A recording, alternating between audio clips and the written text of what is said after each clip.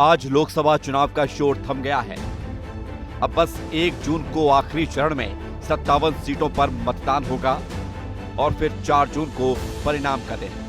प्रधानमंत्री मोदी ने 7 चरणों के लिए पूरे देश के कोने कोने में खूब प्रचार किया। आज से पीएम मोदी अब ध्यान लगाने जा रहे हैं। प्रधानमंत्री मोदी का ध्यान कन्याकुमारी के विवेकानंद रॉक मेमोरियल में 48 घंटे तक चलेगा।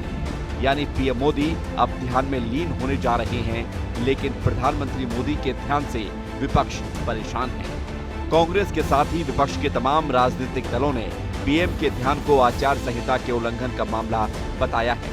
विपक्ष ने चुनाव आयोग से पीएम मोदी की ध्यान वाली खबरों के प्रसारण पर रोक लगाने की मांग की है। उधर इस मामले में अब सियासत भी शुरू हो गई है। हमें कोई आपत्ति नहीं है, कोई व्यक्ति, कोई लीडर कुछ भी करे, मौन व्रत रखे या कैंपेन करे, लेकिन वो साइलेंस पीरियड में इनडायरेक्ट कैंपेनिंग नहीं होनी चाहिए। ये सीधा आदर्श संहिता का उल्लंघन है।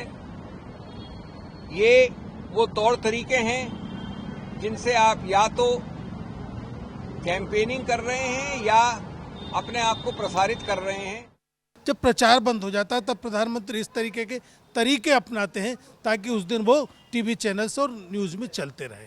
इतना ध्यान महंगाई पे लगा देते तो निश्चित तौर पर आज देश की खुशहाली हो जाती। कांग्रेस के विरोध पर कांग्रेस के नेता और एमपी के पूर्व सीएम दिग्विजय सिंह के भाई लक्ष्मण सिंह ने कांग्रेस पर ही निशाना साधा है। एक्स पर पोस्ट करते हुए लक्ष्मण सिंह ने कांग्रेस के आरोप को विकृत मानसिकता का प्रतीक बताया है। साथ ही लिखा है कि विपक्ष अपनी घबराहट को प्रदर्शित कर रहा है, आपको ध्यान लगाने से कौन रोक रहा है। उधर कांग्रेस के विरोध पर अब बीजेपी ने भी पलटवार किया है। लक्ष्मण सिंह जी का मैं स्वागत जरूर करूंगा कि उन्होंने विपक्ष की इस विकृत मानसिकता को स्वीकारा और हम सबके सामने खुले में समर्थन किया। पर वो उस विकृत मानसिकता के साथ है क्यों?